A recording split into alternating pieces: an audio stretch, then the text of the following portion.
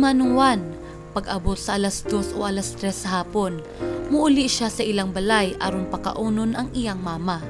Tungod kay wala may laing gabantay sa iyang mama kundili siya lamang. Gikan sa sentrong bahin sa Balulang, muadto na siya sa ilang balay ug dad-on niya ang iyang girintahan nga sikad.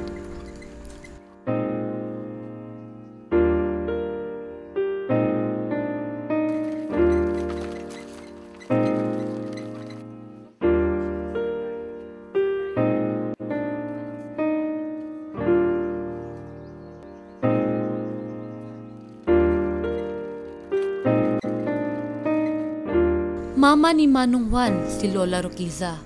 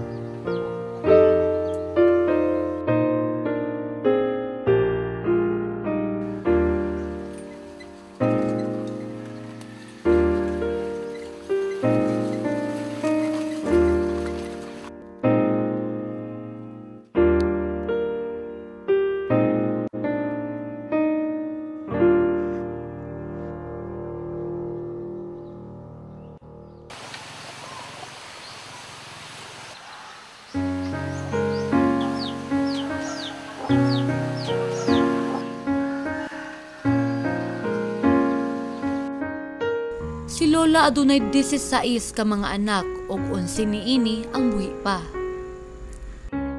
Apan sa 11 niya ka mga anak, si Manong Juan lamang ang nagpakabana nga magbuhi kaniya, kaliwala pa man nga aduna siya'y kapansanan.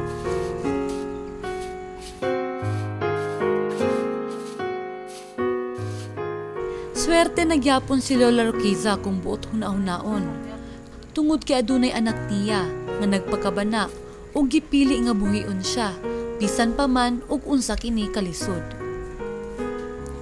Makapangutana siguro kamo kung nganong iya kining nabuhat sa iyang mama. Nganuman nga gipriso siya sulod ni ining gamayng kwarto.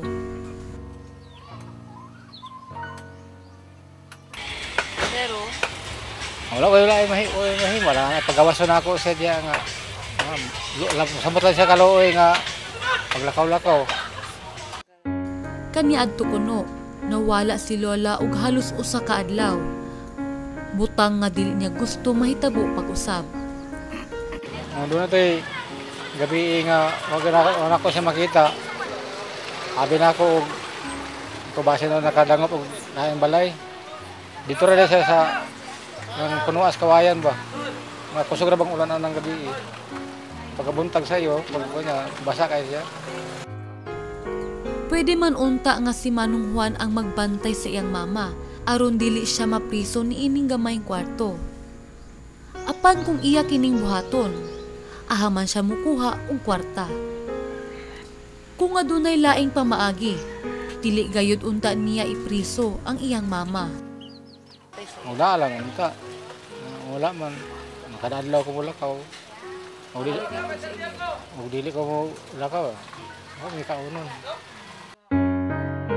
Apan mao kini ang nagpabilin nga pamaagi aron sila mabuhi.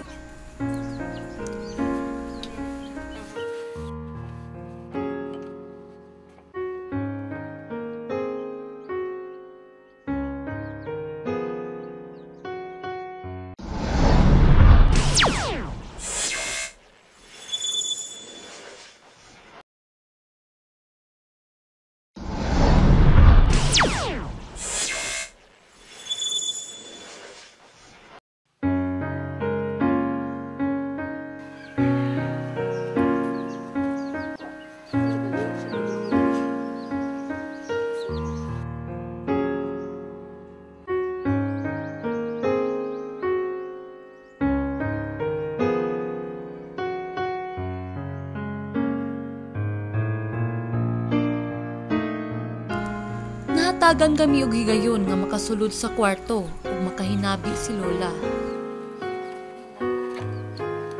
Sa pagsulod nako, Mailhan gayud nga mao na kini ang nahimon niyang banyo. Kuya, ana siya aman siya malibang, mangihi. Yan nila. Ikaw naman. Basan lang. Sa among pag-istorya, mailhan gayud nga bungaw na si Lola. Dili man ganit niya mahinumduman ang iyang pangalan. Ingon pa ni Manong Juan, usahay, aduna na siya mga imahinasyon. Masuko siya o bata. Pero wag bata yung istorya siya ragod siya. Mga saba siya, mga saba. Apan, bisan pa man wala siya hanaw sa iyang kahimtang. Adunay mga higayon nga mukatawa si Lola.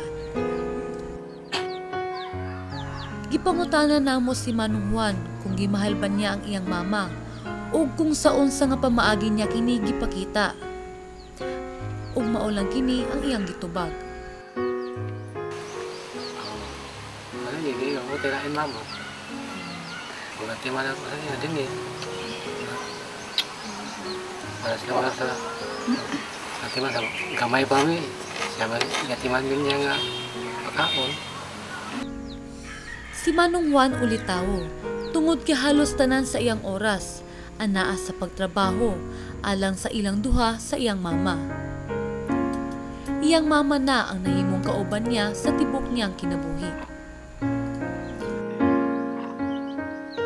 Apan dili ikalimod nga moabot ang panahon nga mawala na si Lola ning kalibutan nato.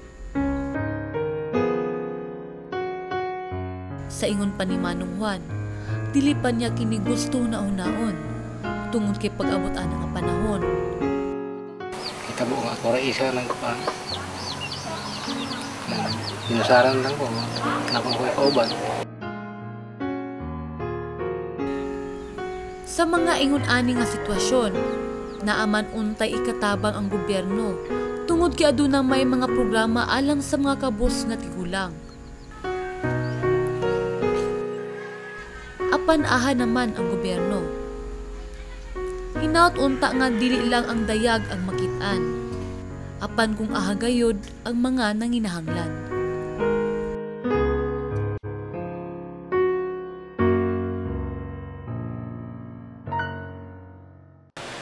Kini nga sitwasyon siguro usay ra nato madunggan.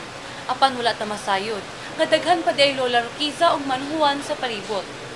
Hinaut unta nga nakita nato nabisan sa suok nga bahin ning syudad sa Cagayan de Oro, adunay mga isyu nga angay lantawon.